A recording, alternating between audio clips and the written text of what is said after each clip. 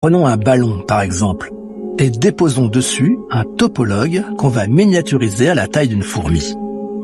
Pour lui, la courbure du ballon devient imperceptible. Le monde semble infini et plat.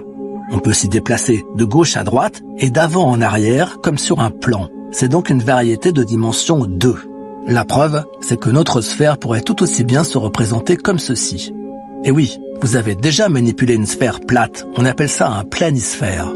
Même plate, cette carte est toujours une sphère au sens topologique. Elle ne possède aucun bord. Les côtés droit et gauche de la carte sont virtuels. Si on cherche à les franchir, on se retrouve de l'autre côté. Les côtés haut et bas sont virtuels également, puisque ce sont en fait des points, le pôle nord et le pôle sud. Contrairement à ce qui finit par arriver sur un disque ou un carré, on peut avancer tout droit sans jamais rencontrer de bord. Au pire, si on marche assez longtemps dans la même direction, on reviendra à notre point de départ.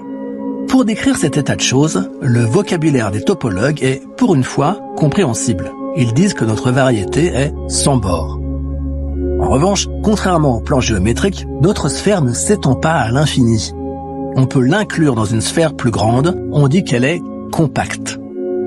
À ce stade, une erreur de débutant pourrait vous amener à conclure que puisqu'un cube est une assiette qui est un vase qui est finalement une sphère, tout, au fond, est une sphère, alors que pas du tout.